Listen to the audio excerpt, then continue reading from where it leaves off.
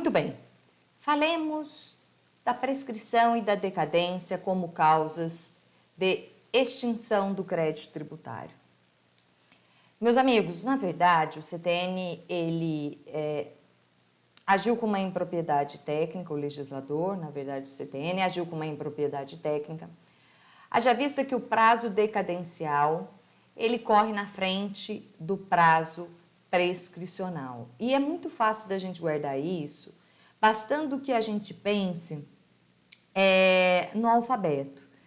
Basta que a gente pense que o D vem antes do P. Todavia, meus amigos, o artigo 156, inciso 5 do Código Tributário Nacional, estabeleceu que extingue o crédito tributário, a decadência, aliás, a prescrição e a decadência. Bom, quais são os dispositivos que tratam dessa matéria?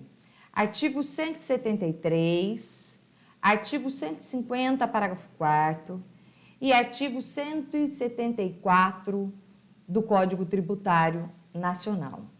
Muito bem? 173, 150, parágrafo 4º e 174 do CTN. Eu coloquei o artigo 146, inciso 3, a linha B da Constituição Federal para vocês, porque prescrição e decadência, nos termos da Constituição Federal, são matérias que deverão ser estabelecidas, ventiladas por leis complementares, tá? Então, na verdade, o artigo 146, inciso 3, estabelece que cabe à lei complementar estabelecer normas gerais, B, prescrição sobre prescrição e decadência, certo? E aí, essas regras do Código Tributário Nacional, elas são normalmente aplicáveis, né? Regularmente, constitucionalmente aplicáveis, já que, meus amigos, nós estamos diante de uma lei complementar, né? Já que o Código Tributário Nacional, ele é uma lei complementar quanto à matéria, né, conteúdo, embora seja uma lei ordinária quanto à forma. E o Código Tributário estabelece que esses dois prazos serão de 5 anos. E em virtude dessa questão do artigo 146, inciso 3, a linha B da Constituição Federal, é que foi editada a súmula vinculante número 8, que estabeleceu que são inconstitucionais os parágrafos únicos do artigo 5º do Decreto-Lei 1569, de 77, e os artigos 45 e 46 da Lei 8.212/91, que tratam da prescrição e da decadência do crédito tributário no que diz respeito às contribuições previdenciárias, tá? Lá, então, na Lei 8.212/91, se estabeleceu o prazo decenal para a cobrança das contribuições para a Seguridade Social previdenciárias. E vejam que a súmula vinculante número 8, ela nos mostra exatamente que esses artigos são inconstitucionais, né? Foi declarada a inconstitucionalidade desses dispositivos, né, outrora, tendo em vista a violação ao disposto no artigo 146, inciso 3, a linha B, já que essas matérias somente poderiam ser estabelecidas por lei complementar, prescrição e decadência, ok? Bom,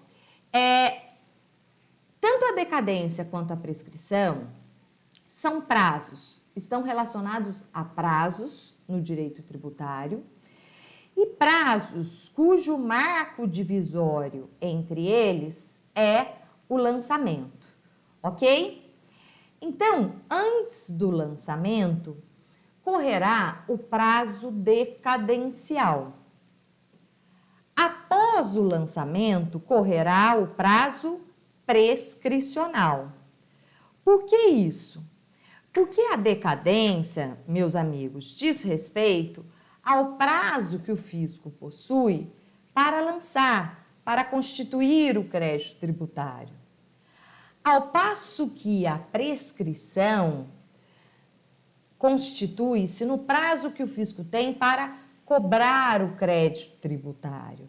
Então, uma vez constituído definitivamente o crédito tributário, o fisco terá o prazo de 5 anos para propor a execução fiscal para cobrar o crédito tributário. Então, vejam, coloquem no caderno de vocês aí esse quadro que nos mostra que o marco divisório entre o prazo decadencial e o prazo prescricional é o lançamento. Muito bem, antes do lançamento, decadência. Depois do lançamento, prescrição. Maravilha, vamos conversar a respeito da decadência. Conceito de decadência. Bom, coloquem, por favor, nas observações de vocês. A ação para a cobrança do crédito tributário, prescreve, decadência, desculpem, é o 173. O direito da Fazenda Pública de constituir o crédito tributário extingue-se após 5 anos.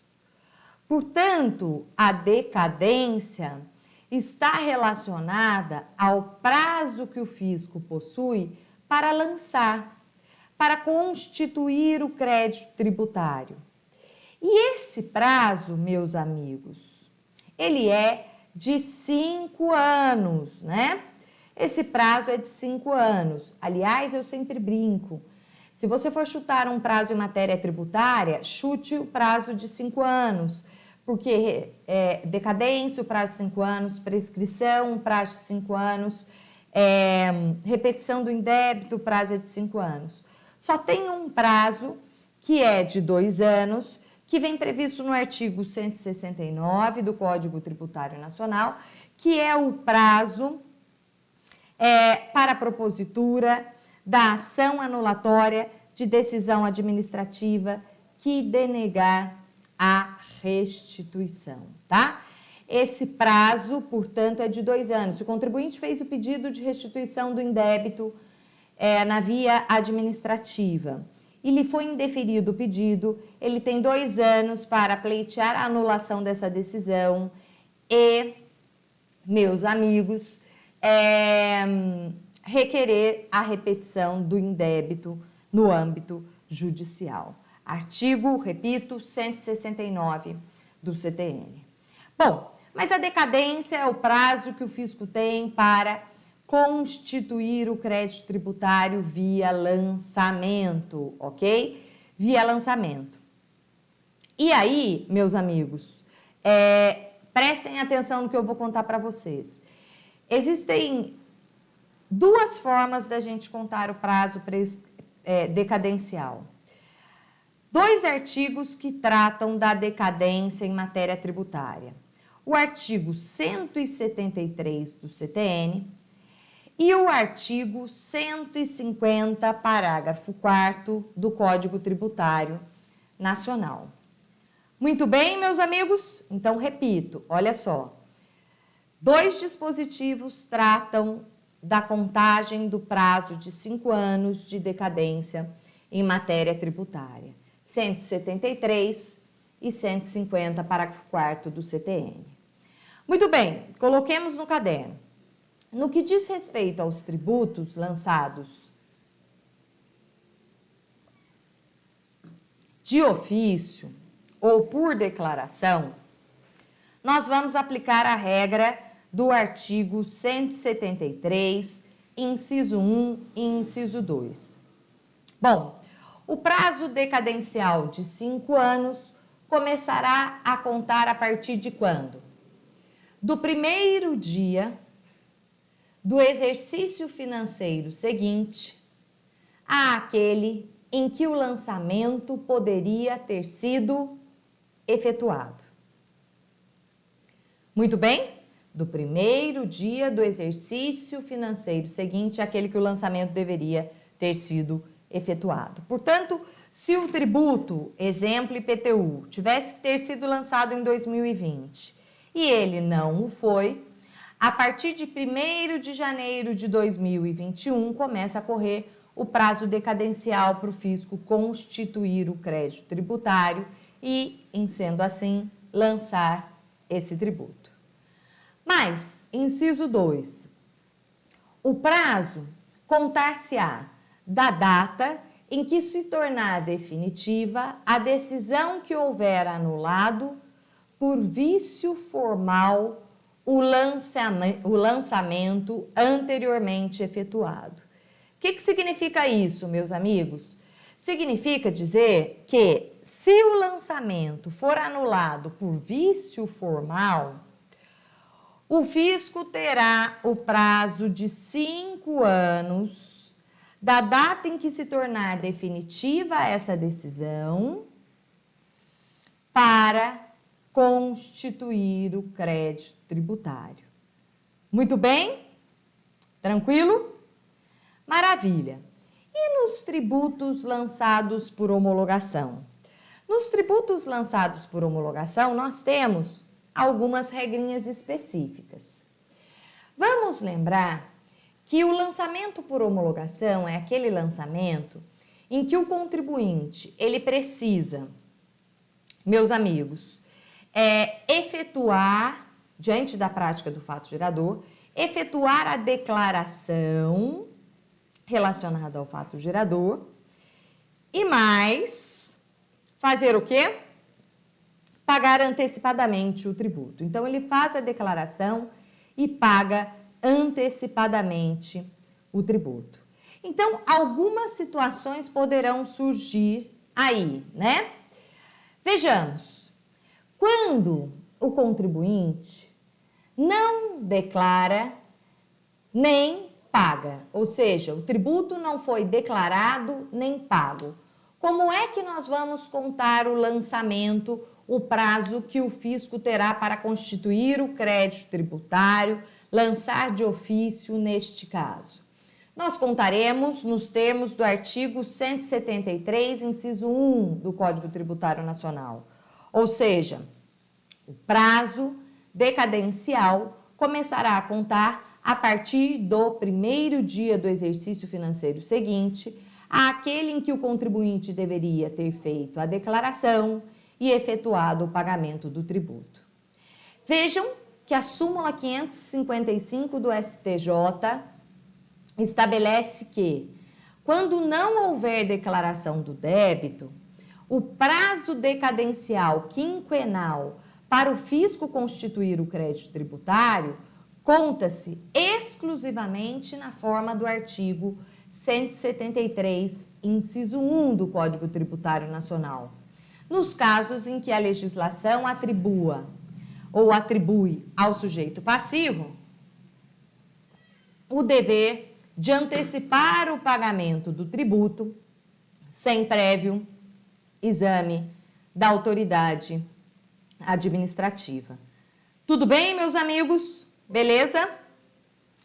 Mas, segunda situação, o tributo foi declarado e pago a menor. Se o tributo foi declarado e pago a menor, o fisco precisa constituir o crédito tributário em relação à diferença. Ele precisa autuar o contribuinte e lançar de ofício. E aí o prazo será contado nos termos do artigo 150, parágrafo 4º do CTN, ou seja, o fisco terá o prazo de 5 anos contados a partir da ocorrência do fato gerador para que ele venha a constituir esta diferença. Tudo bem? Se ele não lançar de ofício a diferença no prazo de 5 anos, contados da ocorrência do fato gerador, a gente já sabe que acontecerá a homologação tácita, né? E extinto estará o crédito tributário.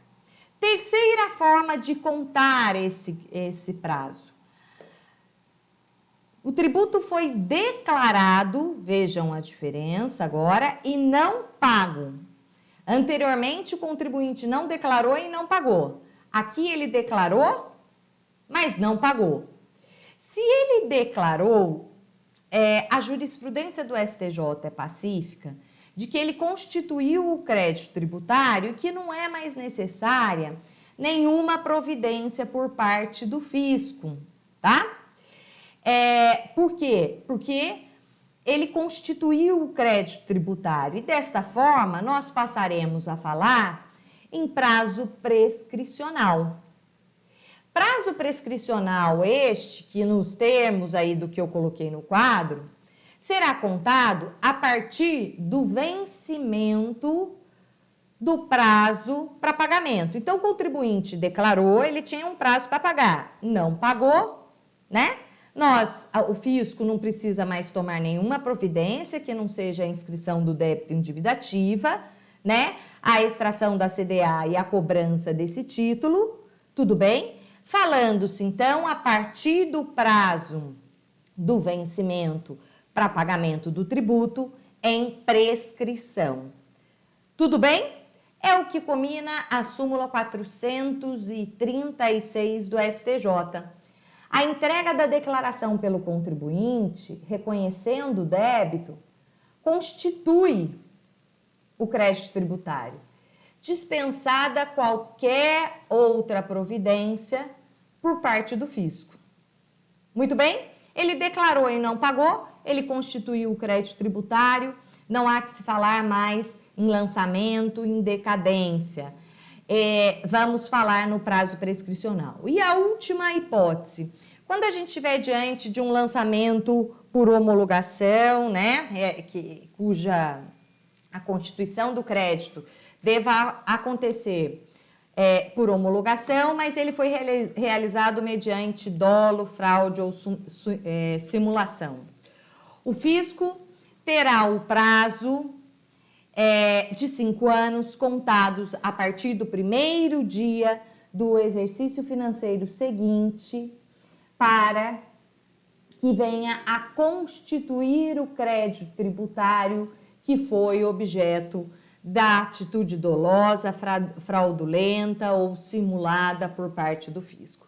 Portanto, aplicaremos a regra do artigo 173, inciso 1 do Código Tributário Nacional. Muito bem, meus amigos?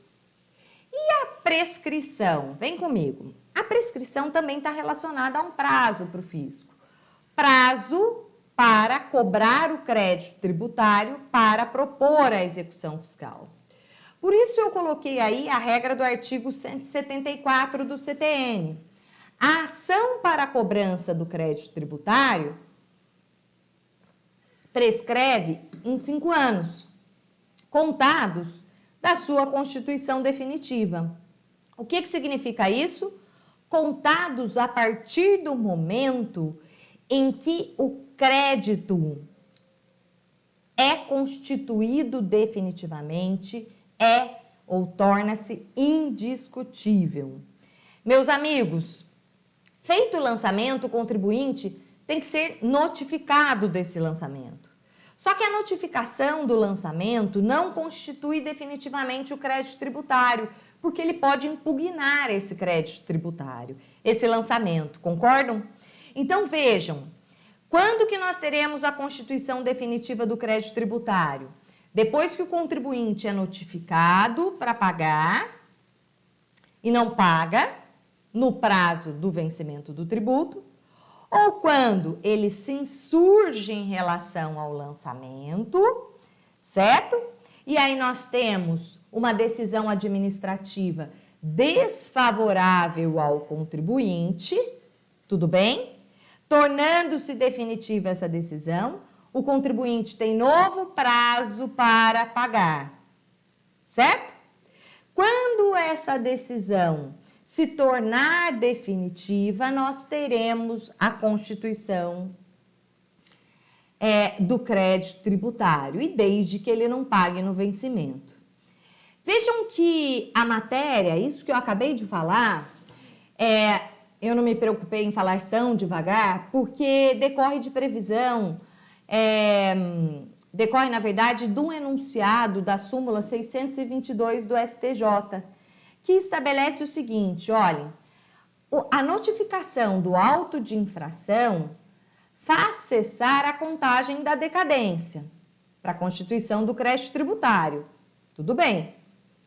Exaurida a instância administrativa com o decurso do prazo para impugnação, o contribuinte não impugnou e não pagou, ou com a notificação de seu julgamento definitivo e esgotado o prazo concedido pela administração para o pagamento voluntário, inicia-se o prazo prescricional para a cobrança do crédito tributário. Portanto, nós temos aí uma posição do STJ no sentido de quando que nós teremos a decisão a constituição definitiva do crédito tributário. A constituição definitiva do crédito tributário, portanto, acontece quando ele se torna indiscutível. Muito bem? Maravilha? Bom, é possível a interrupção do prazo prescricional? Sim. As causas interruptivas estão previstas no artigo 174, parágrafo único do CTN. Despacho do juiz que ordenar a citação em execução fiscal. Protesto judicial. Vejam, não é o protesto extrajudicial, é o protesto judicial. Interrompe a prescrição qualquer ato judicial que constitua em mora o devedor e teremos a interrupção da prescrição por qualquer ato inequívoco, ainda que extrajudicial, que importe em reconhecimento do débito pelo devedor. Muito bem? Interromper a prescrição, vocês já sabem que significa dizer que a prescrição voltará a correr integralmente. E as causas suspensivas? Bom, vocês já sabem, né? Por exemplo, a suspensão da exigibilidade do crédito tributário suspende o prazo prescricional. Assim como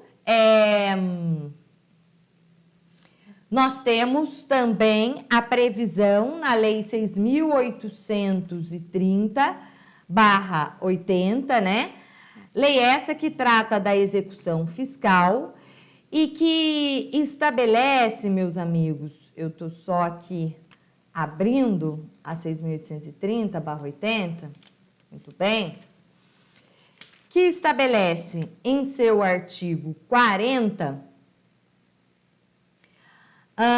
situações em que também nós não teremos o curso da prescrição. Tudo bem? Maravilha?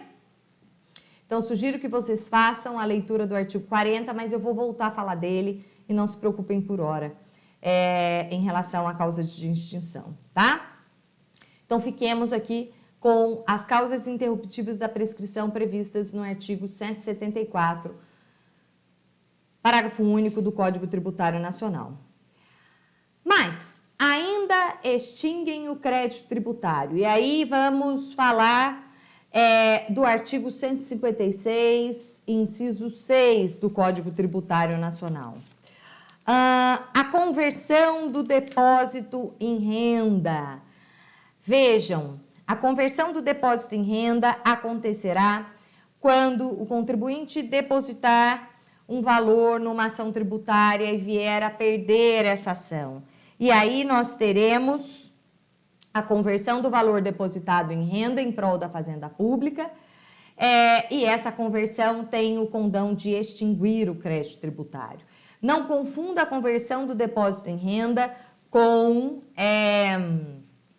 depósito do montante integral do débito, que é causa de suspensão da exigibilidade do crédito tributário. Mas o pagamento antecipado e a homologação do pagamento, artigo 156, inciso 7. Nós estamos falando do lançamento por homologação. Vejam, é preciso que haja o pagamento antecipado e a homologação. E aí se dará a extinção definitiva do crédito tributário. Mas a consignação em pagamento, julgada procedente, obviamente, nos termos do artigo 164, parágrafo 2º do Código Tributário Nacional. E aí, meus amigos, eu quero conversar um pouquinho com vocês acerca da consignação em pagamento em matéria tributária.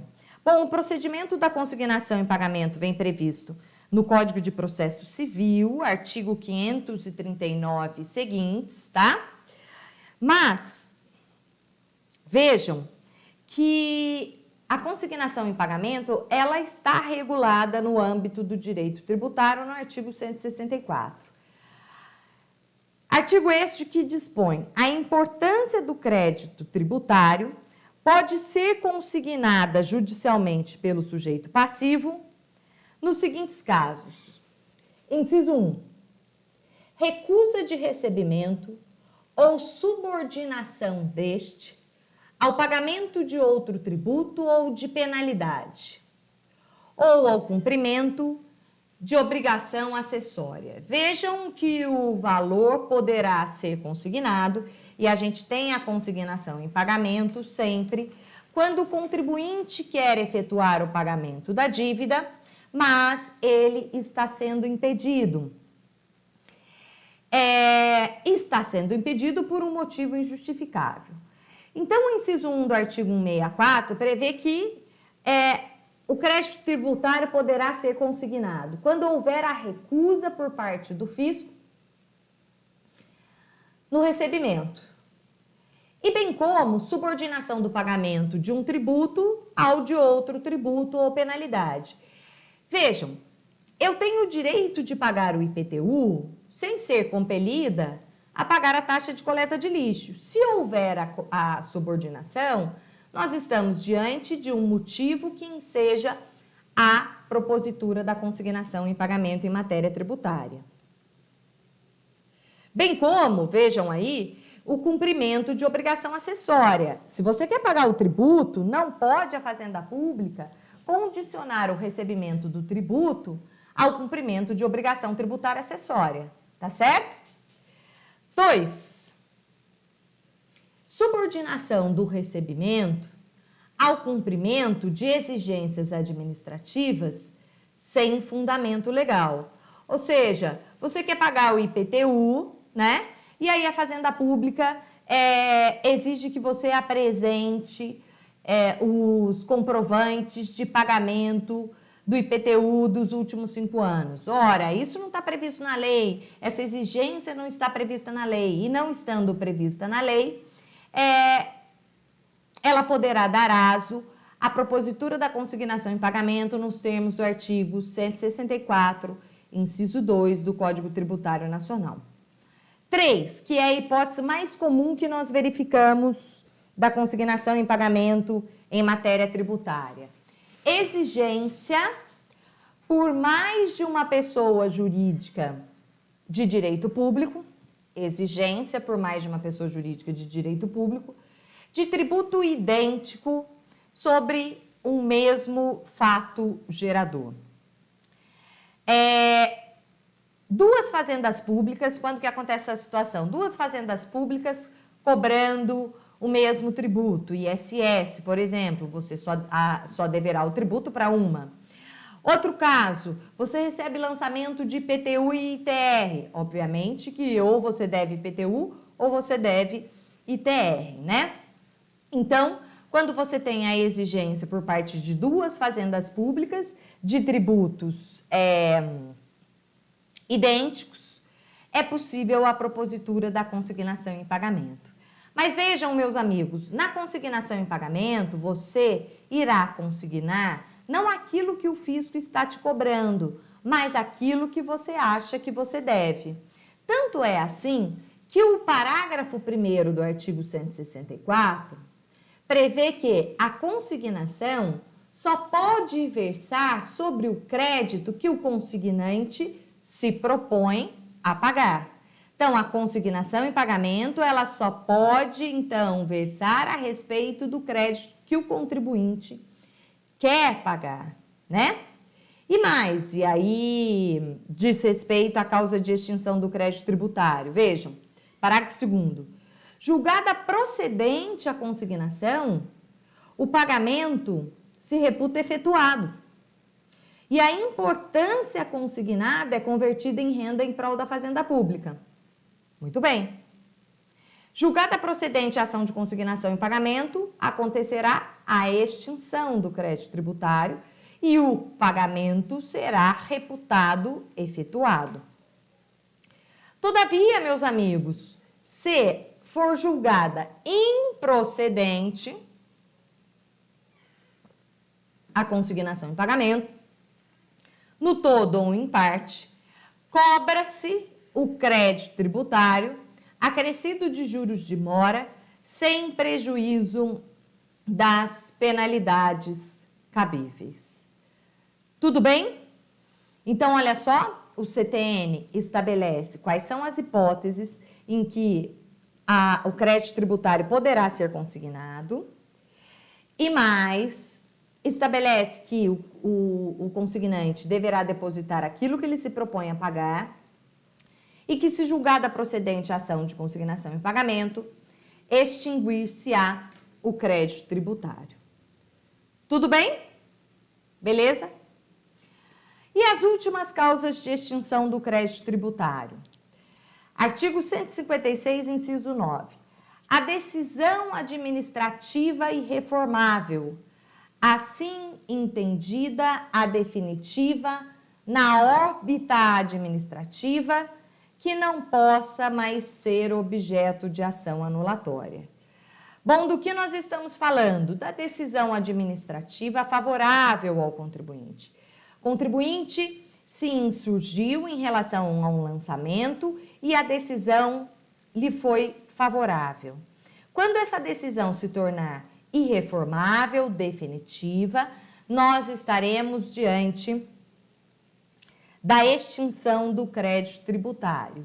E vejam que o inciso 9 do artigo 156 estabelece que a gente tem que entender como decisão administrativa irreformável aquela que não possa mais ser objeto de ação anulatória. De ação anulatória por parte de quem? Por parte do próprio fisco.